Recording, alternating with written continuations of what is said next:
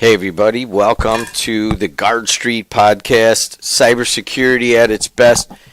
And I want to say thank you to Lyneth Lopez. Lyneth, can you turn my headset down just slightly on this before we get going and do the full taping? There you go, that's much better. Thanks a lot. Hey, I'm going to do that again just to start over.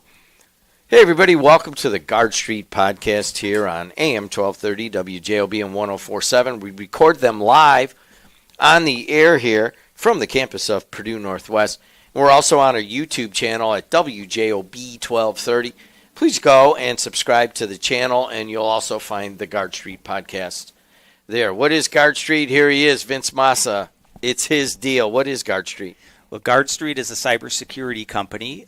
We are focused on the holistic side of cybersecurity. In other words, we look at the crown jewels of the business and we determine with our clients what needs to be protected, what needs the layers, and we set them up for them. We also handle the emergencies that come through, the digital forensics, and then we're based in Wheaton, and we've got 1,000 clients globally. We work with about 70 managed service providers, IT companies, and we serve that independent role that every business needs.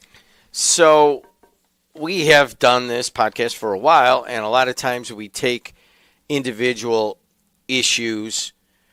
We want to take a little larger issue right now. This is a big one. Yeah, we want to go into this because you're talking about cyber criminals, and specifically state-supported cyber criminals. But let's start with cyber criminals. What is it? Yeah, so most people don't realize that there is actually a cyber war happening today. There are a couple of countries in particular that have been attacking the United States.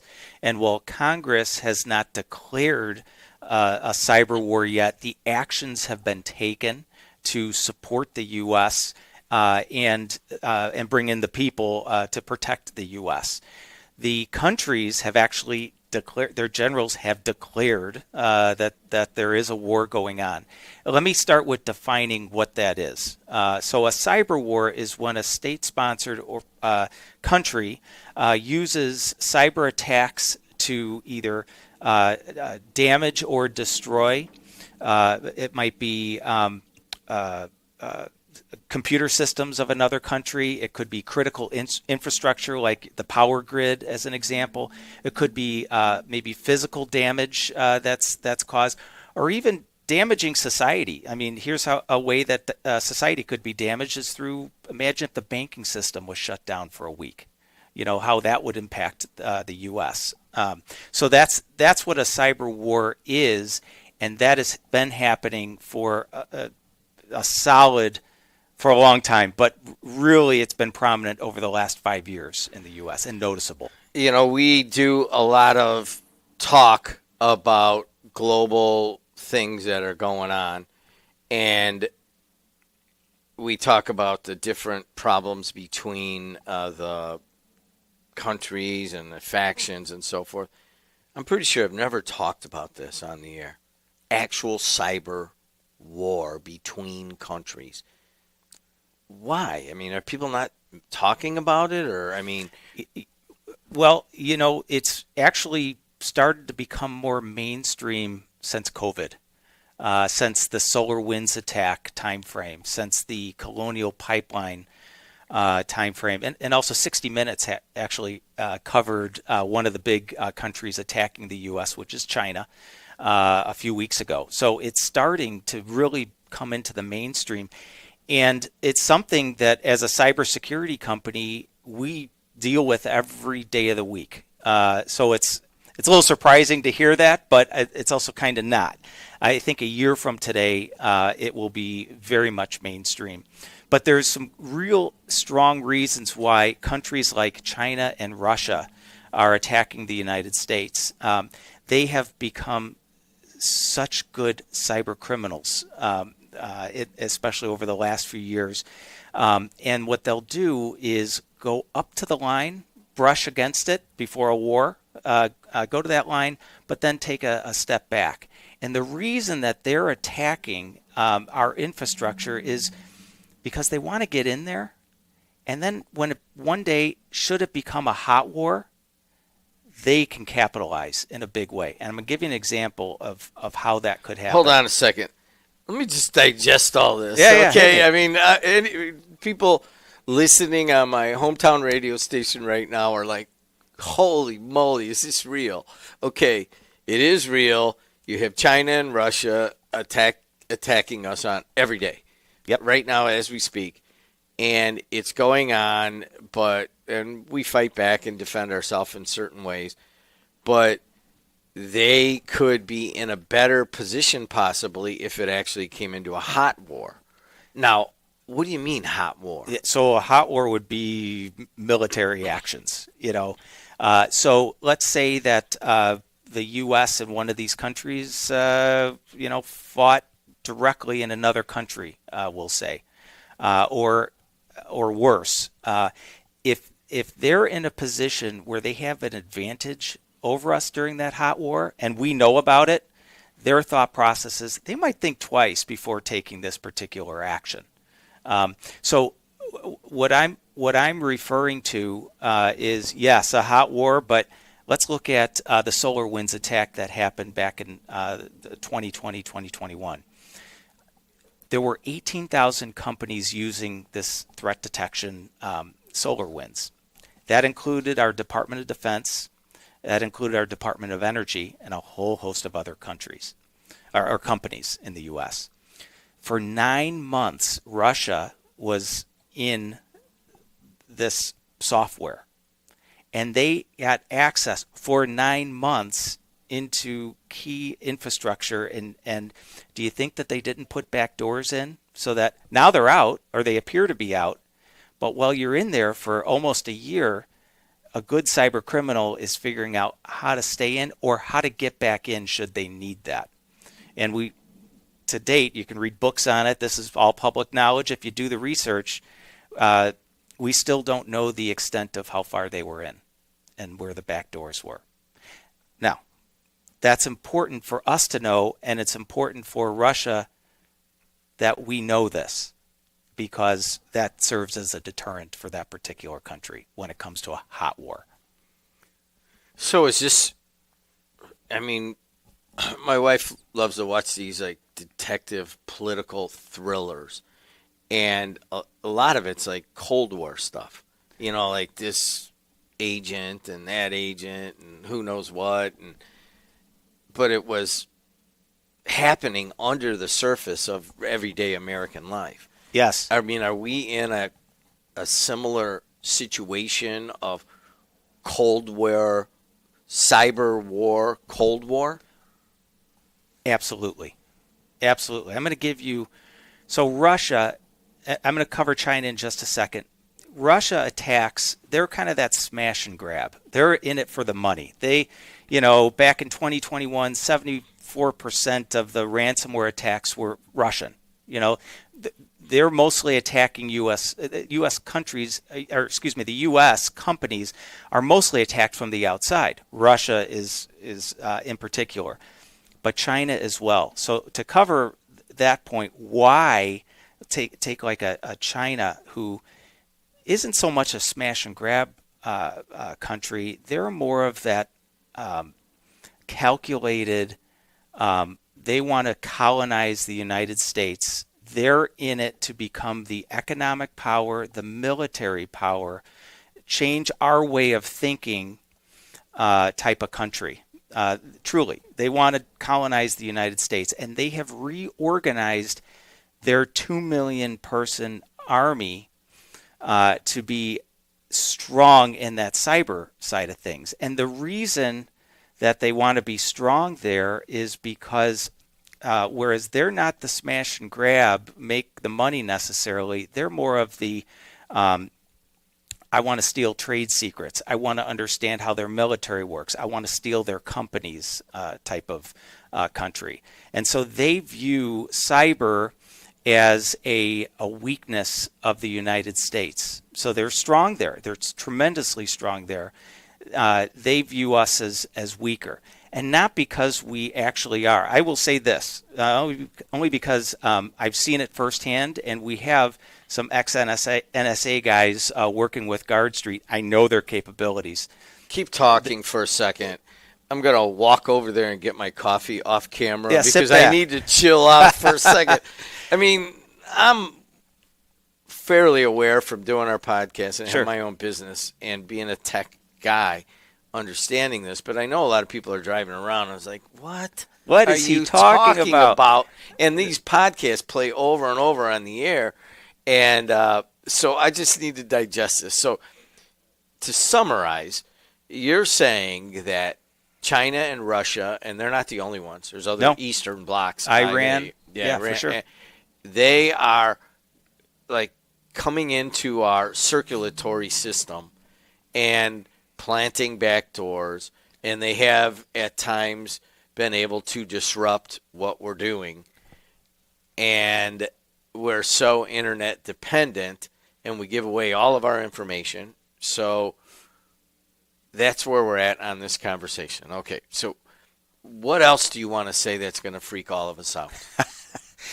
I will say that from a China perspective, from an AI perspective, they have been on fire, and China is very interested in the personal compromises. In other words, not just attacking businesses, but building their AI databases of information on Americans. They have a myriad of breaches. They have information on north of 170 million Americans. And even though that data may be encrypted, China is about playing the long game. They'll stockpile that information because they know at some point they're going to figure out how to unencrypt it. And then they'll use that for their AI behavioral models. And that's used then for changing mindsets, selling companies, going on social media, causing distrust in our government. This is all public knowledge that I'm sharing with you. I know but this you is are, the reality. and we have a few Yeah. guys that call in and talk about this. Yeah, And one woman. And it's true. And the AI component of the dangers of, basically the dangers of the internet world that we live in. So let's bring it down to GuardStreet. This is the GuardStreet podcast.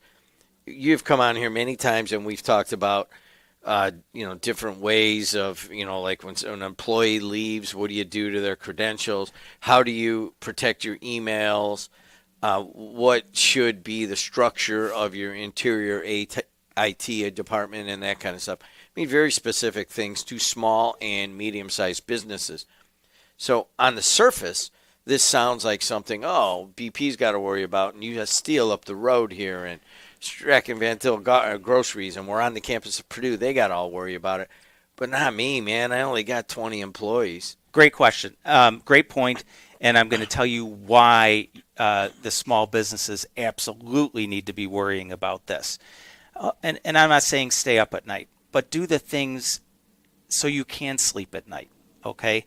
And why is it a concern? Well, cybersecurity, the cyber industry that I work in is the fastest growing industry on the planet. Has been for a number of years, and all signs are it is going to continue. What really changed the industry of attacks was a couple of things. One is cryptocurrency, because that's how they get paid. You pay your ransoms in crypto because it's very private. But the prolific item that really changed our world is ransomware as a service. So literally for $35, you can be an inexperienced cyber criminal, and you can be in business. And the ransomware as a service is actually created by these bigger organizations for the little guys. It's kind of that gig economy meets cyber crime. And because of this, you've got this incredible software package that's incredibly successful because of AI, and you're in business. And so what I'm saying is, from a small business perspective, it's now economical to go after you. So you're considered a soft target. You're an easy target. So what happens with the cyber criminals, whether they're part of a state-sponsored group or they're individual, they'll have a portfolio. I think you know about stock portfolios and being a trader and so forth. you have a portfolio of companies, a lot of small ones, maybe 100 that you're working on any given day of the week. And you know that 2 or 3 are going to pop every week because your software is going to navigate through, find the vulnerabilities, and it puts you in a position where you can hold the company ransom. Give us an example. Absolutely. So email. So 90% of cyber attacks originate through email.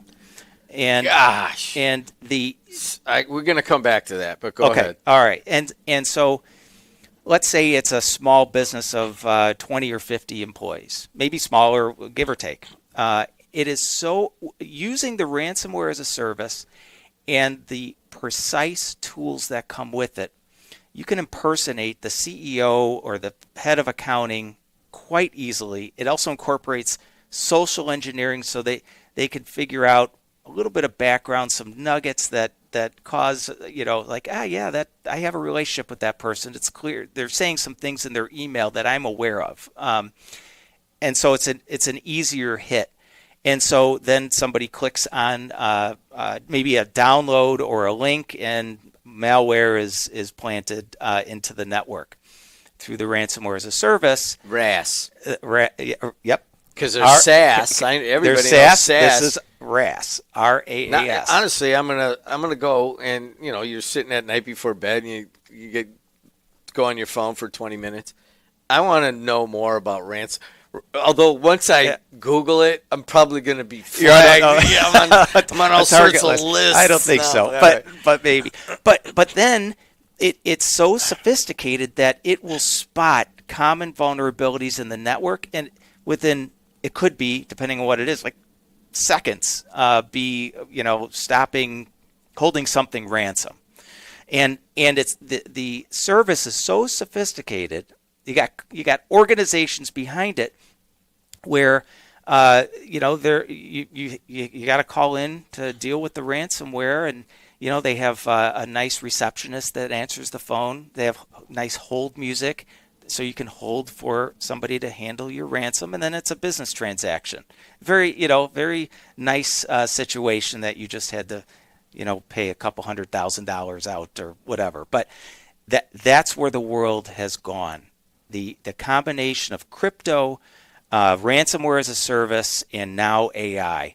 And what you didn't ask yet is, well, how much do these guys make?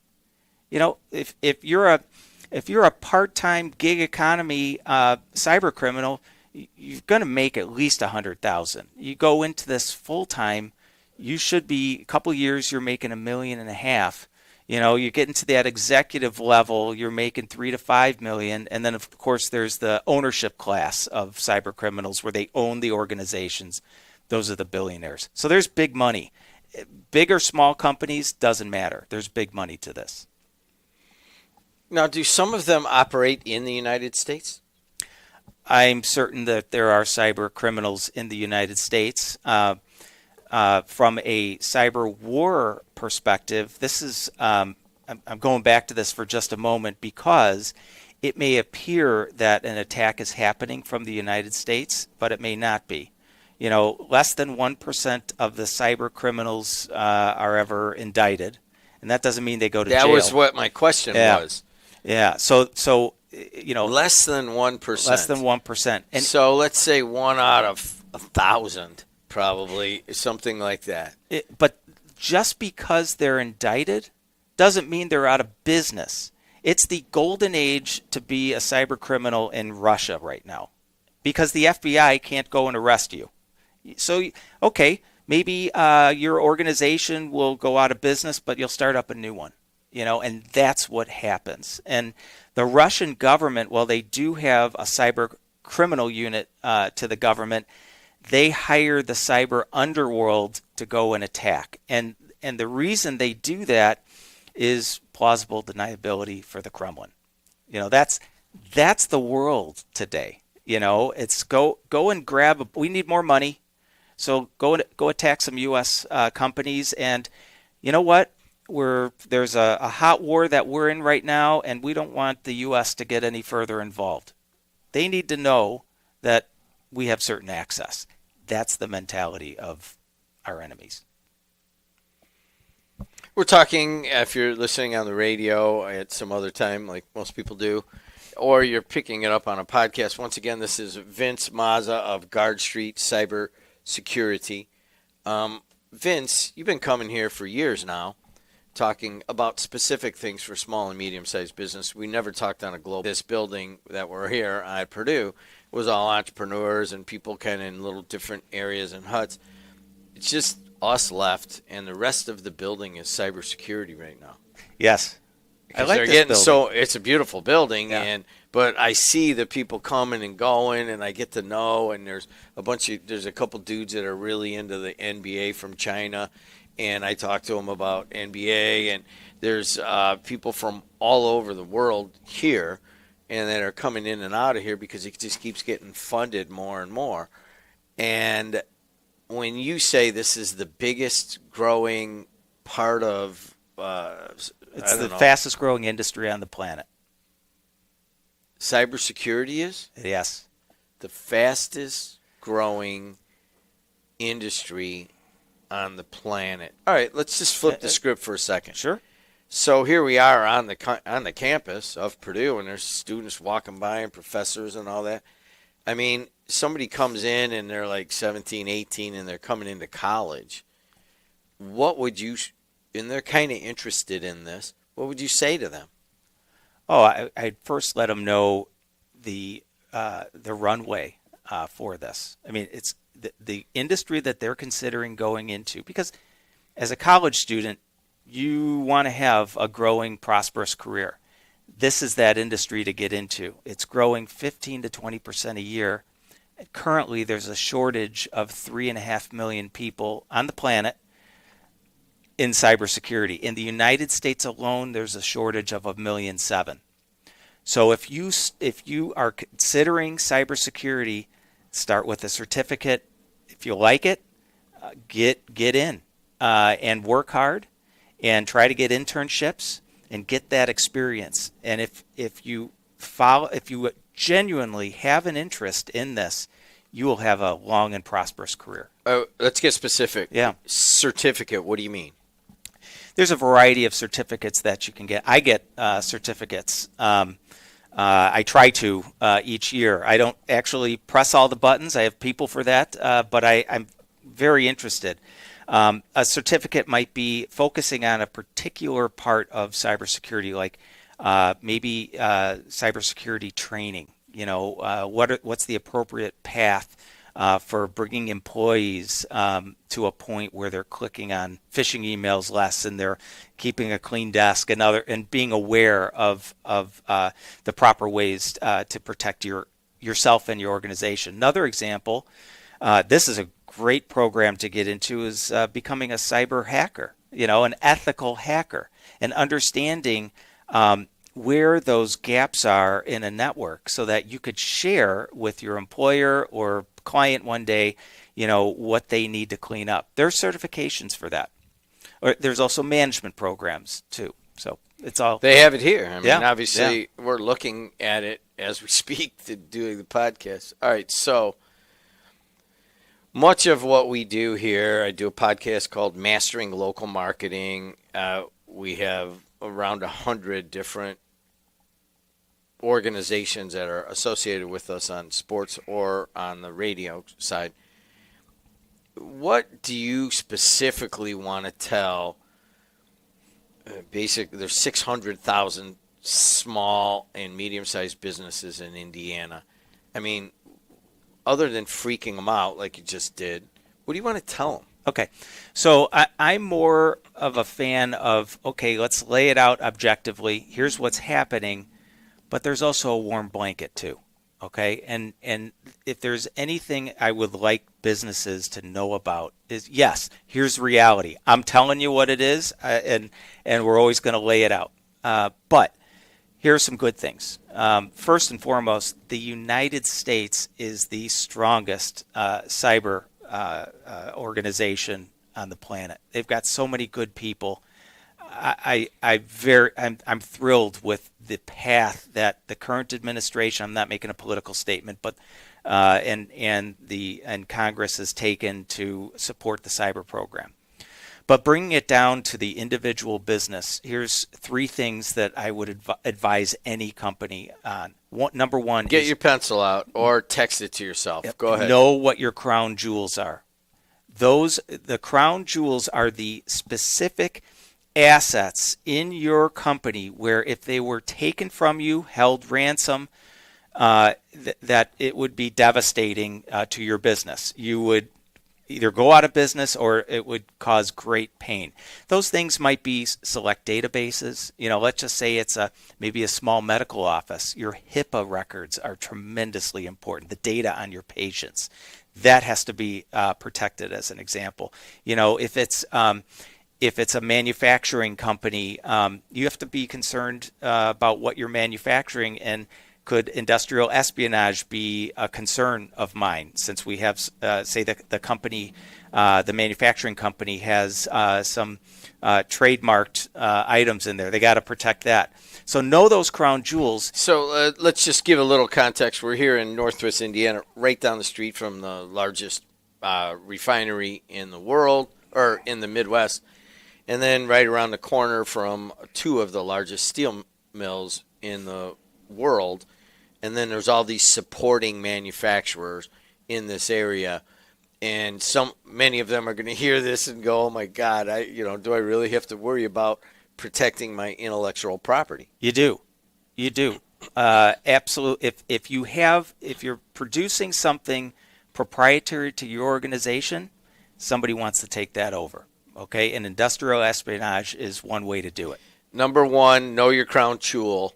Two. Number two is you need modern defenses. I've covered in this segment AI. And by the way, GuardStreet, we are having a series of segments put together. We're going to be talking more about artificial intelligence. I love doing this with you, but if you're going to freak me out every time, we'll see how it goes. But go ahead. You'll sleep well with a warm blanket, but you need modern defenses. So a type of endpoint protection. You and I have talked about CrowdStrike as an example last year. Great company, great software, has artificial intelligence in it.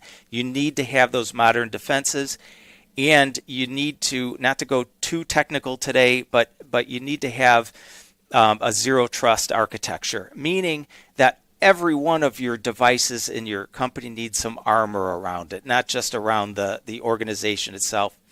And the third thing, I talked about China today a little bit.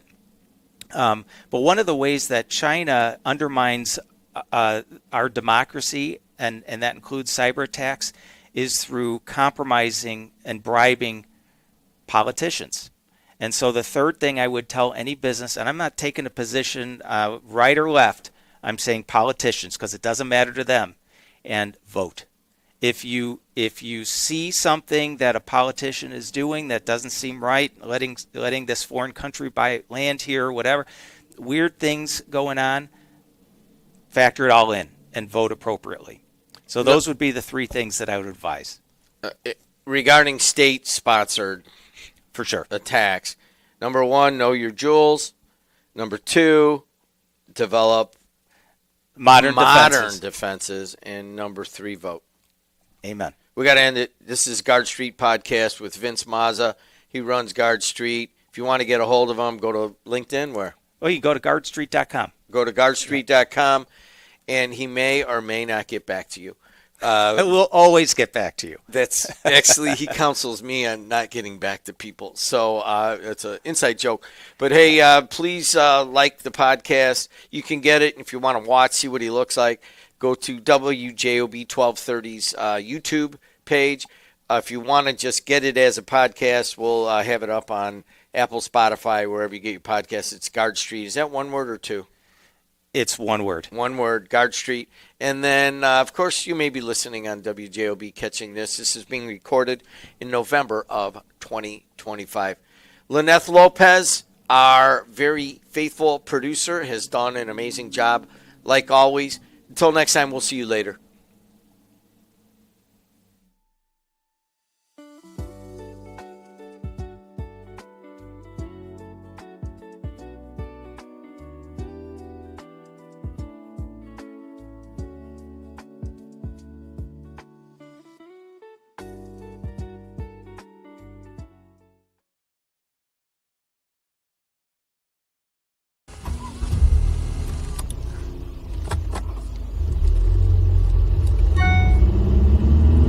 Siri, read me that text.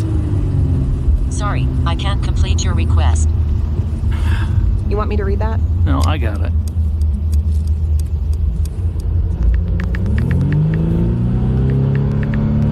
Construction zone. I see it.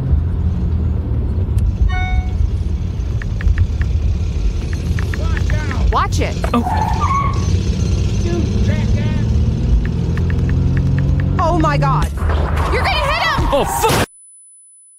When driving in a construction zone, be smart, be alert, be in the zone. This is Brian Short, business manager for the Indiana Laborers District Council. Everyone deserves a safe place to work. Do your part in the cone zone. Slow down, save lives. We're all in this together. A message from Indiana's District Council of Laborers International Union of North America and affiliated locals.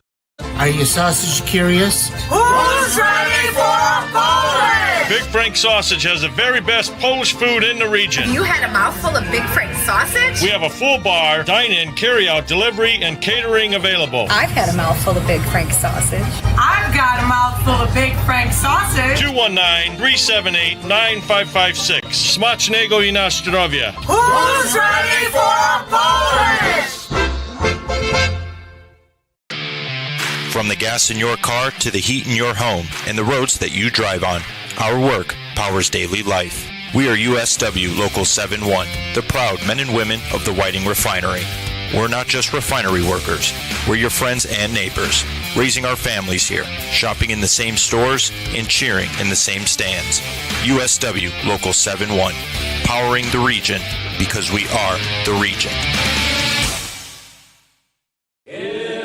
St. Nicholas Byzantine Catholic Church, located at 8103 Columbia Avenue in Munster, celebrates Divine Liturgy every Sunday at 9:30 a.m. We are Eastern Rite Catholics in union with the Pope, the Bishop of Rome. All Catholics who celebrate Divine Liturgy or Mass with us fulfill their Holy Day and Sunday obligations as they do in their own churches. Join us in person this coming Sunday to find out the beauty of a Byzantine Catholic Divine Liturgy at St. Nicholas Church. I want to be like the pretty people on my TV. Now you can. All I need are gleaming white teeth. We can help you. Can you find the right dentist for me? Dr. Andy Coulteritis, he does cosmetic dental. Will he hurt me? No, he's gentle. I'm terrified of pain. He's the kindest in the land. He sounds great. Could you repeat his name? Dr. Andy Coulteritis, 219-836-1111. Thanks.